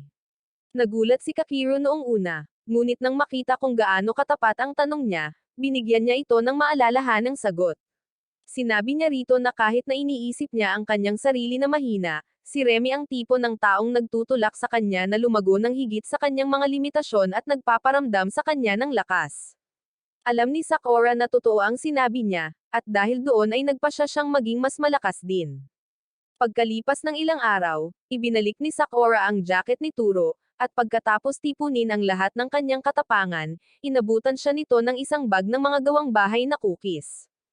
Kinuha ito ni Turo, at nang kainin niya ito, sinabi niyang masarap ang mga ito, lalo na ang pink na cookie. Tinanong siya ni Sakura kung gusto niya ang Sakura food, at sinabi ni Turo na mahal niya ang Sakura food, na labis na ikinatuwa ni Sakura. Kalaunan, naghanap sina Yoki at Huri ng isa pang magazine. Nakakita si Yoki ng isa na gusto niya ngunit natigilan ng abutin ng isa pang babae ang parehong kopya. Walang pag-aalinlangan, binitawan niya ito. Napansin ni Huri at tinanong kung bakit, ngunit sinabi lang ni Yoki na mukhang mas kailangan ito ng babae. Sa paaralan, napansin at binanggit niya na hindi gaanong nakakasama ni Yoki si Turo nitong mga nakaraang araw. Tumawa si Yoki at sinabing malamang ay masyadong abala ito sa pagkain ng cookies, na hindi maintindihan ni Huri. Ngunit may bahagyang pagkunot ng noo ang sumilay sa kanyang mukha bago niya pinilit na ngumiti muli. At dahil kilala niya nang malapitan ang kanyang kaibigan, alam ni Huri na tuwing nalulungkot si Yoki, lalo siyang napapangiti, itinatago ang kanyang tunay na nararamdaman sa likod ng masayang maskara bilang paraan upang protektahan ang kanyang sarili. Ngunit ito rin ang dahilan kung bakit siya nasasaktan tuwing may iniiwan siyang gusto niya. Nang araw na iyon, binigyan ni Sakura si Yoki ng cookie mula sa parehong batch na ibinigay niya kay Turo upang pasalamatan ito sa pagtulong sa kanya na linisin ang kanyang binti. Gusto sanang tumanggi ni Yoki, ngunit mabilis na nagkunwaring ngumiti at tinanggap ito. Muntik na itong itapon ni Yoki, ngunit huminto sandali, naalala na ginawa ito ni Sakura bilang pasasalamat. Sa huli, nakaramdam siya ng pagkakasala at kumagat. Natikman niya kung gaano ito kasarap at napagtanto na ang totoo ay nagseselos lang siya. Kinabukasan, biglang humingi si Yoki kay Azumi ng ilang tips sa pagluluto, ngunit sinabi lang ni Azumi na kailangan niyang patuloy na subukan. Pagkalipas ng isang linggo, iniabot ni Yoki kina Azumi at Huri ang kanyang mga cupcake, na mukhang inihurno sa basurahan. Sinabi niya sa kanila na hindi niya maaaring hayaang makita ito ni Turo, ngunit sumulpat si Turo at kumuha ng isang cupcake. Nang mapansin niya ang mga benda sa mga daliri ni Yoki, kinagat niya ito at ngumiti, sinabing hihintayin niya ang susunod niyang batch. Pinuri ng lahat ang kanyang pagsisikap, na nagbigay sa kanya ng motibasyon na patuloy na pagbutihin.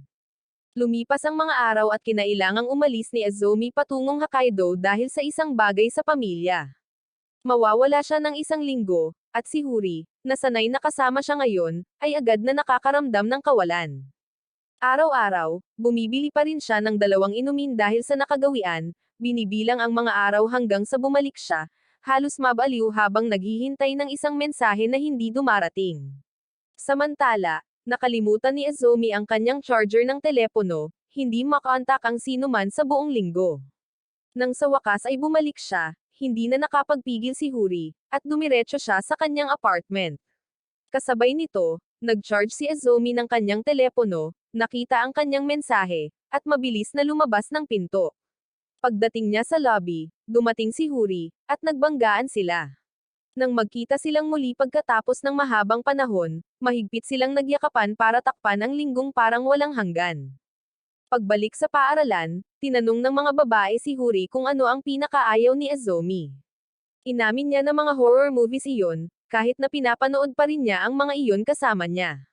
Tinutokso nila siya, sinasabing malamang ginagawa niya iyon dahil pinipilit siya nito. Pagkatapos ay may sinabi si Yoki na tumatak sa isip ni Huri, na kung patuloy niya siyang pipilitin na gawin ang mga bagay na ayaw niya, ang pag-aakala ay maaaring unti-unting mawala.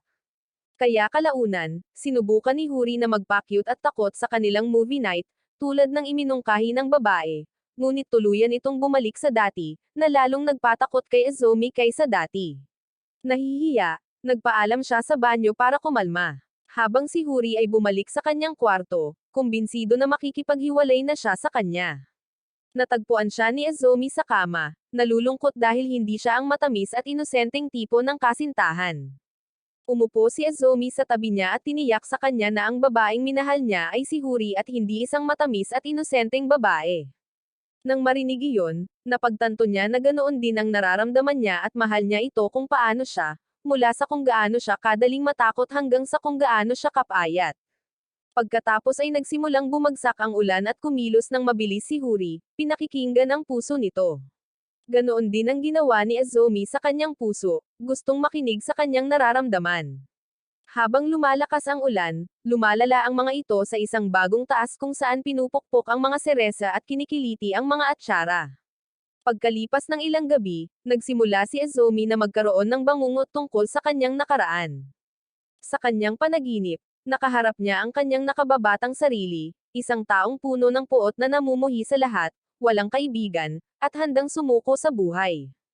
Tumayo si Azumi sa tabi niya at mahinahong sinabihan ang dating siya na kumapit at maniwala sa buhay ng kaunti pa dahil balang araw ay darating ang mga taong nagmamalasakit sa kanyang buhay, mula sa mga kaibigang tumatanggap sa kanya kung sino siya hanggang sa isang babaeng tatawa para sa kanya, iiyak para sa kanya, at mamahalin siya.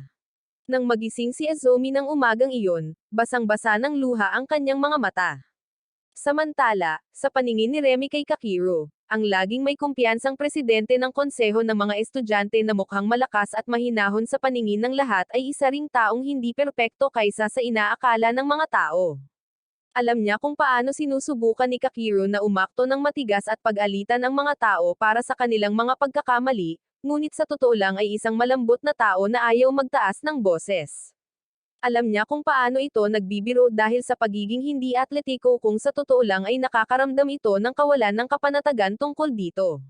Ngunit para kay Remy, ito ang mahina at tapat na bersyon niya na tunay niyang minahal. Noong una silang nagkita, may napansing kakaiba si Remy sa kanya. Habang ang ibang mga taong mahilig sa gon ay pinagmamasdan ang itsura ni Remy, tinatawag itong maganda, sinabi lang ni Kakiro na normal ang itsura niya, na siyang nakakuha ng kanyang atensyon. Isang araw sa klase, nakita niya itong nagbabasa at nagpas siyang magsimula ng usapan. Nagsimula silang mag-usap tungkol sa kanilang mga paboritong libro, at binanggit ni Kakiro na ang kanyang mga magulang ay may isang buong silid na puno ng mga ito. Dahil sa kuryosidad, tinanong ni Remy kung maaari ba niya itong makita minsan, at pumayag siya. Pagkalipas ng ilang araw, lumapit siya at ipinakita ni Kakiro sa kanya ang silid. Habang sinusuri niya ang mga istant, nakita ni Remy ang isang lumang libro na pinamagatang A Day Before the World Ends. Kinabukasan, pinahiram siya ni Remy ng isa pang libro, ngunit nag-atubili si Kakiro, dahil alam niyang may gusto sa kanya ang isa sa kanyang mga kaibigan. Sinabi niya ito sa kanya, ngunit ipinagkibit-balikat lang ito ni Remy at tinanong kung maaari ba siyang bumalik muli.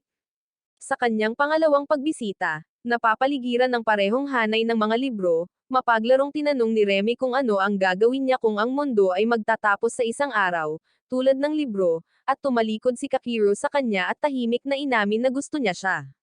Sandali na natigilan si Remy, hindi sigurado kung nagbibiro lang ba siya. Ngunit nang makita niyang namumula ang mukha nito, napagtanto niyang seryoso ito. Ngumiti siya, sinabing gusto rin niya ito, at iyon ang naging simula ng kanilang relasyon. Samantala, sa kwarto ni Huri, pinipinturahan ni Huri ang dalawang kuko ni Azumi gamit ang bagong polish na nakuha niya. Ngunit nang hingin niya ang isa pa nitong paa, nangingibabaw ang mapanghimasok nitong mga iniisip, at inihampas niya ang kanyang paa sa ulo nito. Agad siyang humingi ng tawad, na nahihiya, ngunit natawa na lang siya dahil sa pag-aalala. Nagtaka siya kung paano naging matapang at maingay si Azumi sa harap ni Hanaoka at Shindo ngunit naging mahinahon at maamo kung silang dalawa lang. Naging dahilan ito para magtanong siya kung aling bersyon niya ang tunay, at tiniyak sa kanya ni Azumi na ang kasama niya ay ang tunay. Inamin ni Azumi na hindi naman talaga siya ganoon katigas at pabiro niyang tinanong kung mas gusto niyang top or bottom. Laking gulat niya nang sabihin ni Huri na talagang gusto niya ang ganoong bagay, kaya sinubukan nila ito. Kinabukasan, pumasok siya sa paaralan na nagkukunwaring malamig at mayabang, na ikinagulat ng lahat. Agad na alam ni Turo na ideya ito ni Huri, at pinayuhan pa nga siya ni Kakiru na tumigil kung ayaw niya, ngunit hindi magawa ni Azumi dahil sa hiling ng kanyang minamahal na kasintahan. Kalaunan, nang sila na lang dalawa, sinubukan ulit ito ni Azumi kay Huri, na ginagampanan ang papel ng isang lasing na asawa mula sa dekada 70. Maya-maya, isang grupo ng mga babae mula sa ibang klase ang pumasok at nahuli sila sa akto. Nang titigan sila ni Azumi, tumakbo sila palayo sa takot habang si Huri ay lubos na nasisiyahan, halos mapasigaw pa nga. Samantala, hinayla palayo si Yoki ng isang lalaki na umamin sa kanya ng kanyang nararamdaman. Kalaunan, napansin ni Huri ang ekspresyon ng kanyang mukha, at nang tanungin, sinabi ni Yoki ang totoo at kung paano niya hindi pa rin alam ang gagawin. Kalaunan ay sinabi niya sa grupo na gusto niyang tanggihan ang lalaki ngunit hindi niya alam kung paano. Nakaisip si Azumi ng plano para magmukhang may kasintahan na si Yoki at nagboluntaryo para sa papel. Pagkatapos marinig ang plano, pumayag si Turo at hinawakan ang kamay ni Yoki, na lihim niyang hiniling na sana ay hindi peke ang ginawa niya. Itinuloy nila ang plano, umakto na parang magkasintahan, ngunit nang sa wakas ay dumating ang lalaking si Akane. Natigilan si Turo dahil si Akane ay may napagwapo na face card na mabubuntis ang sinumang babae sa isang titig lang. Agad na nakaramdam ng pagkadurog si Turo, napagtanto niyang wala siyang pagkakataon, ngunit nang makita ni Akane si Turo na hawak ang kamay ni Yoki, inakala niyang magkasama sila at magalang na humingi ng tawad at umalis. Sumugod si Huri kay Yoki pagkatapos, at tinanong kung bakit niya tinanggihan ang isang taong ganoon kagawapo. Mahinahong ipinaliwanag ni Yoki na tila napakalayo ni Akane sa kanyang liga at mas gusto niya ang mga ordinaryong lalaki. Kalaunan, sinubukan ni Yoki na matuto ng higit patungkol kay Akane, at sinabi sa kanya ni Remy na kaklase niya ito. Dagdag pa niya na nakakatawa talaga ito at medyo malamaya dahil sa mahina nitong paningin. Nagbigay ito ng ideya kay Yoki. Kaya, pagkatapos ng klase, hinabol niya si Akane at tinanong kung napagkamalan ba siya nito na ibang tao dahil sa kanyang paningin. Ngumiti lang si Akane at sinabing sigurado siyang siya iyon, dahil siya lang ang tinitingnan ng mga mata niya. Pagkatapos ay dumating ang iba, at nang sinubukan nilang kausapin si Akane, kitang-kita ang mahina niyang paningin, dahil paulit-ulit niyang napagkakamalang ibang tao ang tatlo, tinatawag silang Yuji, Nobuira, at Megumi.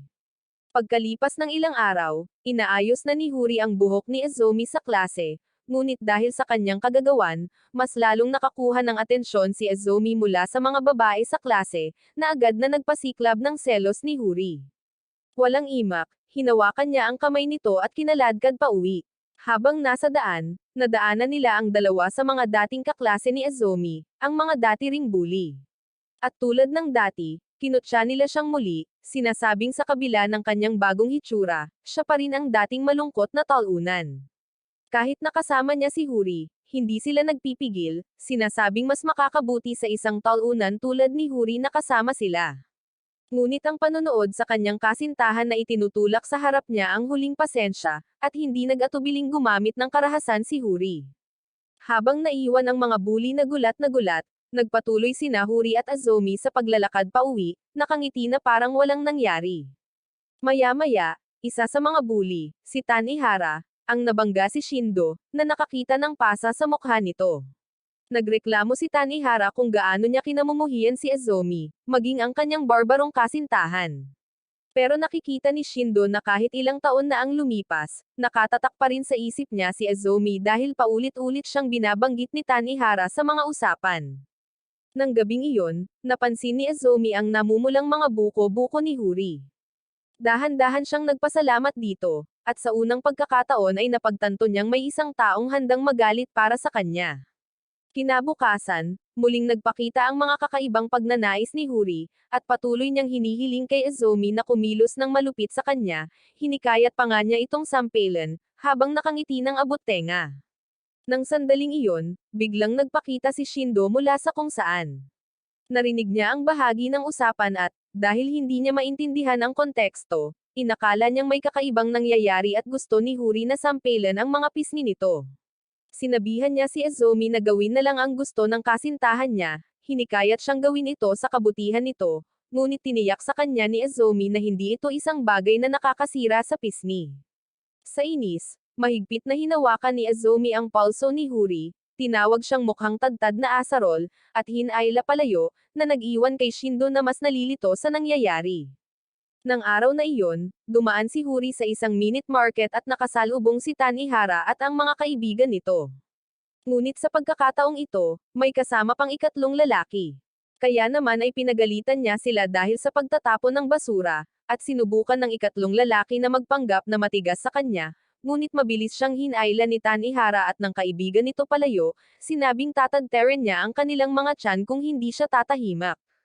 Lumayo siya at nakita nila si Azumi pagkaraan ng ilang sandali. Damobol ang kanilang takot nang makita nilang biglang sinampal ni Azumi si Huri sa ulo. At ngayon ay kumbinsido na sila na mas malaking banta si Azumi kaysa kay Huri mismo. Gayunpaman, sa loob-loob niya ay nagpapanik si Azumi, at hindi siya makapaniwala na sinampal lang niya ang sarili niyang kasintahan.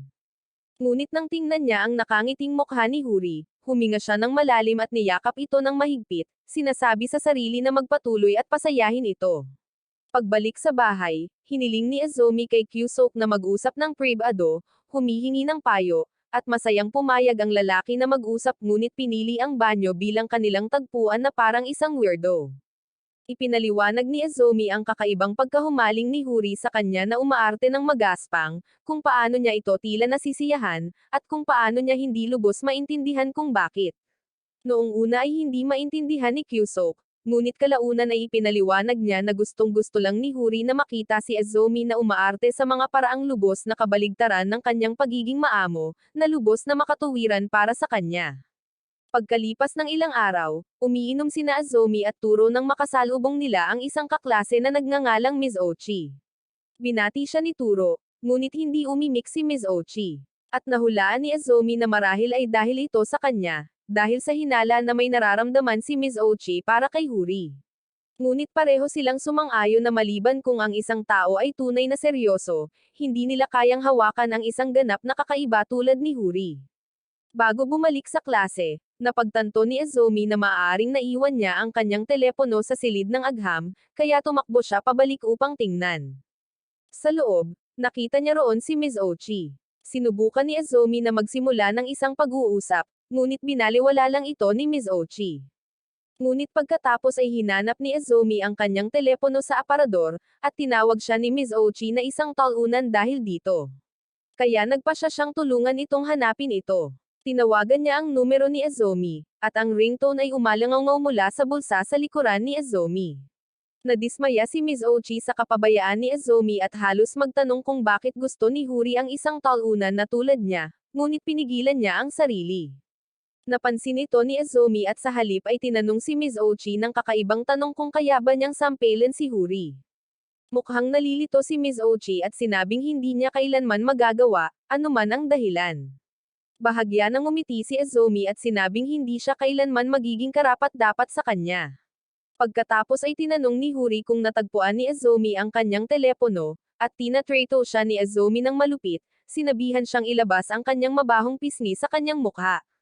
Biglang humakbang si Ms. Ochi, ngunit pinigilan siya ni Azumi, dahil ang nasa likod ng lahat ng ito ay si Huri sa pagtrato. Nang gabing iyon, nagkaroon ng bangungot si Tanihara.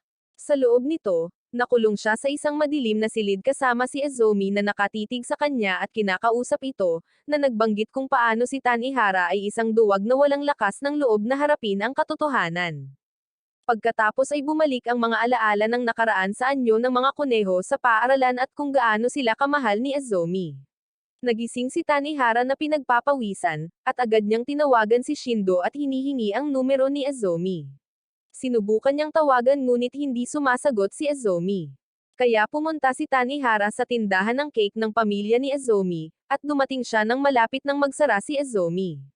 Nahihiya na nagkunwari si Tanihara na naroon siya para bumili ng cake.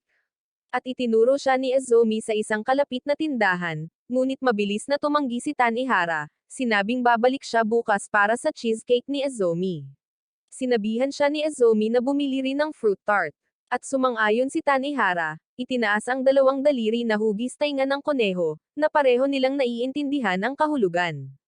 Bago umalis, Tinanong ni Tanihara kung bakit hindi sinagot ni Azumi ang tawag niya. Ipinaliwanag ni Azumi na sira ang telepono niya at aayusin niya ito sa lalong madaling panahon. Napagtanto ni Tanihara na hindi siya binabalewala ni Azumi at pagkatapos ay naalala niya ang lahat ng mga pagkakataong hindi niya pinansin si Azumi noon. Binalot siya ng guilt at naalala niya kung paano niya nakalimutang pakainin ang mga kuneho, kung paano sila nasawi, at kung paano niya hindi makatarungang sinisi si Azumi para dito. Ngayon ay handa na siyang aminin ito, ngunit iniisip niya kung magkakaroon pa ba siya ng lakas ng loob na sabihin ito ng harapan kay Azumi.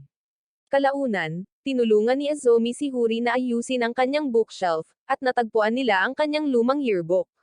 Tinanong niya kung nasa kanya pa ba ang sa kanya, at inamin ni Azumi na muntik na niya itong itapon minsan, ngunit pagkatapos magkita muli kay Tanihara, napagtanto niyang ito ay isang bagay na sulit itago. Sa pagkakataong ito, inaabangan niya ang kanilang bagong yearbook dahil ngayon ay mayroon na siyang mga kaibigan at alaalang sulit tandaan. Pagkalipas ng ilang araw, nakasalubong ni Azumi at Huri si Tanihara, at agad na naging awkward ang paligid dahil pareho silang namula sa biglaang pagkikita na parang naging magkasintahan sila noon. Hindi nag-aksaya ng oras si Huri sa pagtukso kay Tanihara, at idineklara na pag-aari niya si Azumi, dahil ang tunay niyang kinatatakutan ay ang ideya na si Azumi ay kunin ng ibang lalaki at kunin ito ng lalaki kung saan hindi sumisikat ang araw. Mabilis na ikinumpas ni Tanihara ang kanyang mga kamay, itinatanggi ito, at iginiit na hindi siya si Shindo. Doon naalala ni Huri kung gaano talaga kalapit sina Shindo at Azumi. Sinubukan ni Azumi na ipaliwanag ang kanyang sarili, ngunit bago pa niya magawa, ang mismong taong pinag-uusapan nila, si Shindo, ay nagpakita sa likuran nila, binabati sila. Tinanong ni Huri kung kasama pa rin niya si Chika. Ngunit sinabi ni Shindo na abala si Chika sa pag-aaral para sa finals, kaya nitong mga nakaraang araw ay mas madalas na siyang kasama ni Azumi. Ang kometa ay nagliyab ng nagseselos na apoy sa mga mata ni Huri, iniisip na ang dalawa ay nagpapalitan ng kiliti sa isa't isa. Dahil sa takot sa galit ni Huri, sinunggaban ni Tanihara si Shindo at mabilis na kinaladkad palayo. Humarap si Huri kay Azumi at prangkang sinabi rito na kung sakaling manloko siya rito, dapat ay babae ang kasama niya at hindi ang isang gwapo at maskuladong lalaking may taas na 12 inches. Pumayag si Azumi, at kinabukasan sa paaralan ay ipinaalam niya sa mga lalaki ang tungkol sa mga bagong patakaran ni Huri kaya kailangan niyang dumistansya. Sa ibang lugar, namili si Yoki ng mga gamit pang sining kasama ang kanyang kapatid nang magkita sila ni Akane. Agad na naging interesado ang kapatid ni Yoki. Tinutokso si Yoki at tinanong kung paano niya nakilala ang isang gwapong lalaki, kahit na pinaghihinalaan pa niyang magkarelasyon sila. Tinawanan ito ni Akane at casual na binanggit na tinanggihan siya ni Yoki. Tiningnan siya ng kapatid ni Yoki nang hindi makapaniwala, ayaw maniwala na tinanggihan ng kanyang talunan na kapatid ang isang napakasarap na piraso ng karne. Nagdahilan si Akane, sinabing ayaw niyang bigyan ng maling ideya ang kasintahan ni Yoki na si Turo, at tiniyak ni Yoki sa kanya na ayos lang si Turo, ngunit nakaramdam siya ng kirot sa kanyang katawan dahil alam niyang hindi talaga magseselo si Turo sa kanya. Sa paaralan, tinanong ni Sakura kung magkarelasyon sina Yoki at Turo, at patuloy na nagsisinungaling si Yoki at sinabing oo. Kalaunan, sinabi niya ito kay Remy, inamin na gusto niyang linawin ang mga bagay-bagay kay Sakura ngunit hindi niya magawa. Sinabi sa kanya ni Remy na hindi siya magsasalita dahil desisyon ito ni Yoki, hindi niya. Naiwang mag-isa sa kanyang mga iniisip, inamin ni Yoki sa kanyang sarili na hindi siya kailanman nagustuhan ni Turo sa parehong paraan na nagustuhan niya ito. Alam niyang dapat sana'y tinapos na niya ang kasinungalingan matapos tanggihan si Akane, ngunit sa halip, patuloy siyang nagkukunwari, palihim na hinihiling na sana'y maging totoo ang kasinungalingan. Lumipas ang mga araw, at tumigil na si Yoki sa pagsipot sa paaralan. Hindi niya sinabi kahit kanino, kahit kina Turo or Huri. Noong una, nag-alala si Turo, ngunit pinilit niyang tumawa, kinukumbinsi ang sarili na babalik siya sa lalong madaling panahon. Samantala, galit na galit ang kanyang kapatid, at tinanong kung bakit lumiliban si Yoki sa paaralan. Inakusahan niya ito ng isang bagay na gusto niya ngunit hindi niya ito sinasabi ng malakas. Tulad ng dati, sinabihan niya si Yoki na magpasya kung ano ang gusto niya at habulin ito, or pagsisisihan niya ito magpakailanman. Ang mga salitang iyon ay umalangaw sa isip ni Yoki, at nang sa wakas ay binuksan niya muli ang kanyang telepono, nakakita siya ng 12-dosenang mga mensahe mula sa iba, ngunit natigilan siya nang makita niya ang isa mula kay Turo na nagsasabi sa kanya na inamin ni Sakura ang kanyang nararamdaman sa kanya. Nang sumunod na linggo, bumalik si Yoki sa paaralan, nagkunwaring maayos ang lahat. Mukhang gamaan ang loob ng mga babae na makita siya, ngunit umakto siyang parang walang nangyari. Kalaunan, tinawag siya ni Turo sa rooftop, at alam niyang ito na ang katapusan ng kanilang pekeng relasyon. Ipinapalagay niya na kasama na ni Turo si Sakura ngayon, ngunit sa halip, sinabi ni Turo sa kanya na umamin si Sakura, ngunit hindi niya kailanman hiniling ang kanyang sagot, dahil naniniwala pa rin siyang nililigawan siya ni Yoki. Tinanong ni Yoki kung bakit hindi niya nilinaw ang mga bagay-bagay, ngunit sinabi ni Turo na tinutupad niya ang kanyang pangako na patuloy na magpanggap, at inaamin niyang hindi niya maaaring i-date si Sakura dahil masyadong mabait ito, masyadong perpekto, at karapat-dapat sa mas higit kaysa sa kanya. Nakatayo roon ng tahimik si Yoki. Naaawa siya kay Sakura sa lahat ng pagsisikap na inilaan niya sa paggawa ng cookies at paghabol sa pag-ibig, habang siya mismo ay tumatakas. Gayunpaman, may isang maliit na bahagi ng kanyang pagkakasala na nakakaramdam ng kasiyahan dahil kahit na hindi ito totoo, siya pa rin ang pinakamalapit kay Turo. Alam niyang makasarili ito, dahil si Sakura ay parang tagsibol na mainit, nagliliwanag, at puno ng buhay, habang siya ay malamig at magulo tulad ng natutunaw na nyebe. Huminga siya ng malalim, pinapanood ang kanyang hininga na umuusok sa malamig na hangin. Binanggit ni Turo na ngayon ang pinakamalamig na araw at sinabing hindi na siya makapaghintay na bumagsak ang nyebe. Tinanong ni Yoki kung bakit niya gustong bumagsak ang nyebe, alam niyang mad-ulash ito, nakakainis, at maganda lamang sa una bago matuno kapag dumating ang tagsibol. Tumingin si Turo sa kanya at sinabing hindi natutunaw ang nyebe dahil sa tagsibol, ngunit natutunaw ito kapag gusto nito. Mahinahong sumagot si Yoki, na sinasabing para mamulaklak ang Sakura, dapat mawala ang nyebe. Ngunit iginiit ni Turo na hindi ito nawawala dahil lang sa sinabi ng Sakura. Natawa si Yoki sa matigas niyang loika, ngunit sa kaibuturan niya ay alam niyang sinusubukan siyang aliwin. Nang makitang ngumiti itong muli, hinawakan ni Turo ang kanyang kamay at inakay pabalik sa loob. Samantala, tinanong ni Kakiro si Remy kung bakit hindi pangkaraniwang masaya si Sakura, na parang kakakuha lang niya ng kasintahan, ngunit ngumiti lang si Remy at sinabi sa kanya na kabaligtaran pala. Hindi naintindihan ni Kakiro ang bagtong hanggang sa pumasok si Sakura sa silid ng konseho ng mag-aaral. Mukhang maayos naman ang kanyang itsura sa labas, ngunit nang mapunta ang kanyang tingin kina Turo at Yoki na nagtatawanan sa labas ng bintana, nagbago ang kanyang enerhiya. Napansin ito ni Kakiro at tinanong kung may mali. Sinubukan niyang balewalain ito at umalis, ngunit sumunod ito. Nang magtanong siyang muli, sa wakas ay inamin niya na tinanggihan siya bago pa man siya umamin. Bilang kaibigan niya, kinuyom ni Kakiro ang kanyang mga kamao, galit na galit para sa kanya, tinawag na walang isip ang lalaking nanakit sa kanya dahil hindi siya pumili ng isang taong kasing ganda niya. Nang marinig iyon, nabasag ang kahinahunan ni Sakura. Sa wakas ay nabasag ang ngiti na pinipigilan niya, at sa unang pagkakataon, umiyak siya ng umiyak. Samantala, alam ni Akane na si Turo ang lalaking sumire sa puso niya. Ngunit alam din niya na hindi niya kasalanan kung bakit nasasaktan si Sakura. Pagkalipas ng ilang araw, habang kumakain ng tanghalian, napagtanto ni Huri na sila lang ni Yoki ang may kapatid, habang ang iba ay wala. Ngunit binanggit ni Turo na may kapatid si Shu. Nagulat ang lahat dahil hindi kailanman pinag-uusapan ni Shu ang tungkol sa kanyang pamilya, kaya ipinaliwanag ni Turo na nalaman lamang niya ito dahil bumisita siya sa bahay ni Shu kamakailan at nakilala ang kanyang nakababatang kapatid na babae. Kahit magkamukha, sinabi ni Turo na kahit matalino at maingay si Shu, ang kanyang kapatid na babae ay malamig at tahimik.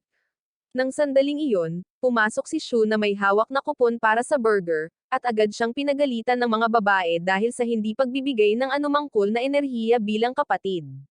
Kalaunan, sa isang random na pagtitipon sa silid ng konseho ng estudyante, tinanong ni Huri kung bakit formal pa rin ang pakikipag-usap ni Akane, kahit na naging malapit na silang lahat. Natawa si Akane ng alanganin, inamin na hindi natural sa kanya ang casual na pagsasalita. Tinukso ni Huri na wala siyang problema sa pag-alis ng formal na tono kay Yoki, Naalala kung paano kinailangang pilitin ni Remy si Akane na makipag-usap ng casual dito. Pero pagdating kay Yoki, walang naging problema si Akane. Ngumiti si Shu at biglang nagpahayag na siya ang unang tatawag kay Akane sa kanyang unang pangalan. At naiinggit si Huri na wala siyang kumpiyansang enerhiyang extrovert gaya ni Shu. Inamin ni Akane na gusto niyang magbago at mapalapit sa kanilang lahat, ngunit hindi madali ang pagsira sa kanyang mga nakagawian. Sa sandaling iyon, pumasok si Kakiro, ang tunay na may-ari ng silid ng konseho ng estudyante, at mukhang nalilito nang makitang may ganitong grupo ng mga tao sa loob. Agad siyang hinayla ni Azumi at Turo papasok sa usapan, ginamit siya bilang halimbawa kung paano sila dating estranghero sa kanya ngunit ngayon ay matalik na magkaibigan na. Natawa si Akane sa kaguluhan, at bilang unang hakbang patungo sa pagiging casual, nagpa siya siyang tawagin si Turo sa kanyang unang pangalan. Agad na tumugon si Azumi na parang isang nagseselos na kasintahan, tinanong kung plano rin ni Turo na tawagin si Akane sa kanyang unang pangalan. Sinabi ni Turo na marahil ay tatawagan niya si Akane sa kanyang unang pangalan, at nang marinig iyon, inilagay ni Azumi si Akane sa kanyang blacklist dahil sa pagnanakaw sa kanyang pinakamalapit na kaibigan. Ngunit mahinahong tiniyak sa kanya ni Akane na wala siyang kukunin mula sa kanya, kahit ang kanyang minamahal na laruan, si Turo. Pagkalipas ng ilang araw, nagtalo sina Azumi at Akane kung sino ang mas matangkad, at nang makasalubong nila si Sakura, hiniling nila na husgahan niya sila, ngunit nauwi siya sa pagsaway sa kanilang dalawa dahil sa pagtatalo sa isang napakaliit na bagay. Pagkatapos ng ilang araw, dinala ni Azumi si Honoka sa paaralan upang ipakilala siya sa lahat. Bagamat hindi pa rin siya komportable sa piling ng mga lalaki, ayos lang sa kanya sina Kakiro at Turo. Nang marinig iyon, ipinagmalaki niya na mas mataas ang ranggo ni Turo kaysa kay Kakiro sa listahan ng kanyang mga komportableng karelasyon, ngunit mabilis na binago ni Kakiro ang sitwasyon sa pamamagitan ng pagpapakain kay Honoka ng mga merienda. Ayaw magpatalo, ginawa rin ni Turo ang pareho, ngunit may mga tsokolate, na nagsimula ng kompetisyon sa pagitan nilang dalawa. Sa sandaling iyon, dumating si Shu, at dahil nasa ilalim ng listahan ni Honoka dahil sa pagiging nakakainis, mabilis na nagtago si Honoka sa likod ni Azumi. Nang tawagin siya ni Honoka ng malakas at nakakainis, nasaktan si Shu sa kanyang mga salita. Kalaunan, dahil sa labis na pagsigaw, pinilit ni Shu ang kanyang lalamunan. Pinagalitan siya ni Nahuri at Yoki na umuwi na at magpahinga kung talagang may sakit siya, at hindi sanay si Shu na maging tahimik, ngunit dahil masakit ang lalamunan niya, wala siyang ibang magawa. Habang naglalakad sa pasilyo, nakita niya si Honoka na nahihirapan sa isang mabigat na kahon. Dahil pareho sila ng direksyon, tinulungan niya itong buhatin ito, ngunit dahil sa masakit na lalamunan niya, hindi ito umimik, kaya hindi naiinis si Honoka sa kanya. Gayunpaman, inakala ni Honoka na galit ito sa sinabi niya noon, kaya gusto niyang humingi ng tawad. Kinabukasan, tumingin siya sa loob ng silid ng konseho, gustong humingi ng tawad sa kanya. Nakita siya ni Sakura, at nang malaman niya ang nangyari, hinikayat niya itong gawin ito, tiniyak sa kanya na medyo malambot si Shu. Ngunit pagkatapos, sumulpat si Shu na gumaling ang lalamunan, at nang magsimula itong muling umungal ng malakas, tumakbo palayo si Honoka, tinawag siyang nakakainis. Nagulat si Shu, at pinagalitan siya ni Sakura dahil sa pagiging talunan. Ngunit tahimik na masaya si Honoka, alam niyang hindi galit si Shu sa kanya. Kalaunan sa kanilang tahanan, ang nakababatang kapatid ni Shu na si Mutako ay nakaupong nakayuko sa sopa matapos sabihin ng kanyang guro na hindi siya sapat para sa paaralang gusto niyang pasukan, at pinagtawanan pa siya ng guro. Nang mapansin ni Shu ang malungkot nitong kalooban, tahimik itong umupo sa tabi niya at binuklat ang dyaryo. Nang sabihin nitong ayaw niyang kumain ng hapunan, mahinahon niyang tinanong kung bakit. Ikinwento ni Mutako kung paano siya pinagtawanan ng kanyang guro, at nagbiro si Shu tungkol dito, halos masampal siya ni Mutako. Gayunpaman, malamig na nagbago ang ekspresyon ni Shu, at sumilay ang galit sa kanyang mga mata. Alam niya kung gaano kasipag si Mutako sa pag-aaral at sinabing walang sino man ang may karapatang kutsain iyon. Hiniling pa niya na malaman ang pangalan ng guro para mapadali niya ito sa maagang pagre-retiro. Ngunit nanginginig siya nang aminin niya na kahit na nag-aaral ng mabuti, patuloy na bumababa ang kanyang mga marka, at sinabi ng kanyang guro na imposibleng makapasok siya sa kanyang pangarap na paaralan. Dahil sa labis na pagkalito, humagulgol siya, at tinapik ni Shu ang kanyang ulo, sinusubukang pasayahin siya.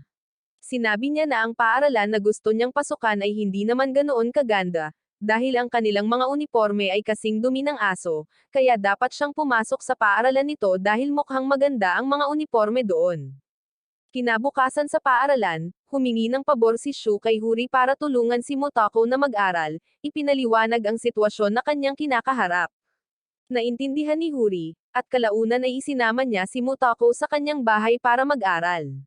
Nang pumasok si Motoko sa kanyang silid, binigyan muna sila ni Huri ng mainit na tsokolate, at iginiit niya na magpahinga sila para mag-usap ng casual. Alam niyang hindi komportable si Motoko sa pag-aaral sa ilalim ng isang bagong tao. Unti-unting nagsalita si Motoko, na isiniwalat na si Shu lamang ang nakasave na contact sa kanyang telepono at nagagalit siya kung uuwi ito ng huli. Nang marinig iyon, napangiti si Huri matapos malaman na ang karaniwang maingay na si Shu ay mayroon palang kapatid. Samantala, hinayla ni Shu si Turo sa isang dambana para bumili ng Lucky Charm, at madaling nahulaan ni Turo na para kay Motoko iyon.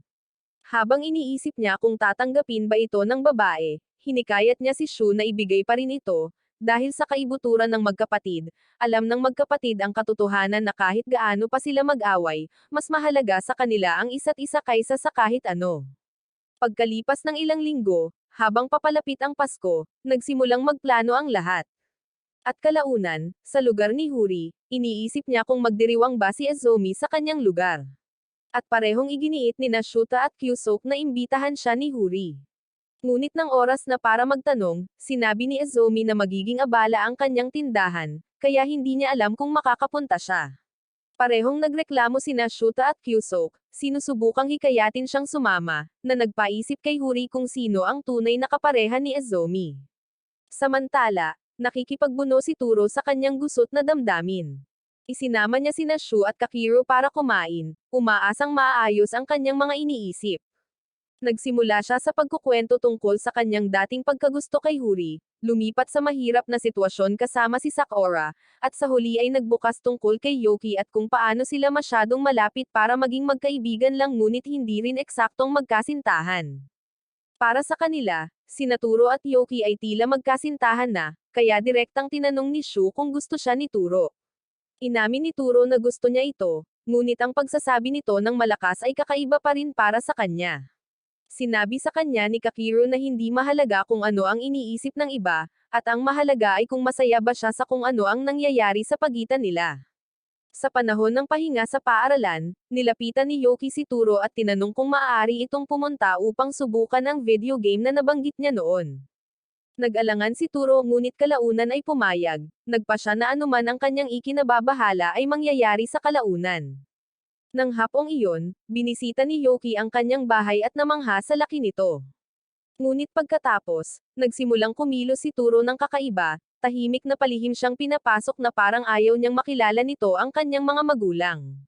Pagdating nila sa kwarto ni Turo, nilock ni Turo ang pinto at mabilis na niluwagan ng kurbata, dahilan para maisip ni Yoki na dumating na ang oras para magsesyon sila.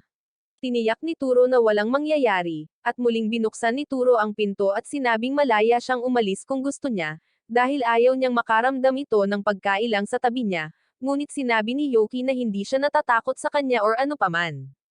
Pagkatapos noon, may sumubok na pumasok, at agad na hinaranggan ni Turo ang pinto.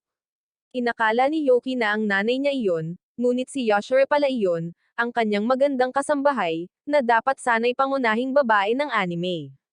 Magalang na binati ni Yashiro si Yoki ngunit binigyan niya ng babala si Turo, sinabihan siyang huwag gumawa ng anumang kalokohan or ire-report ito sa kanyang ina. Tiniyak ni Turo na wala siyang magagawa kung nasa paligid siya. Ngunit kumurap si Yoki sa pagkalito, iniisip na kung sila lang dalawa, may gagawin talaga si Turo. Nang makita ang kakaibang reaksyon ni Turo, tinapik siya nito ng bahagya at pinapakalma ang ulo at sinabihan itong mag-focus sa larong lalaruin nila. At sa sandaling iyon, napagtanto ni Turo na sa ngayon, sapat na ito para sa kanilang relasyon. Sa huling araw ng pasukan, nagtipon ang lahat sa silid ng konseho ng mga estudyante. Pagpasok ni Kakiro, naroon na si Remy, kumikislap ang mga mata habang inaanyayahan niya itong magpasko sa kanyang bahay. Nataranta si Kakiro at mabilis na tumanggi, na siyang dahilan kung bakit pumayag ang lahat, at sinabihan pa ni Turo si Azumi na suntukin siya.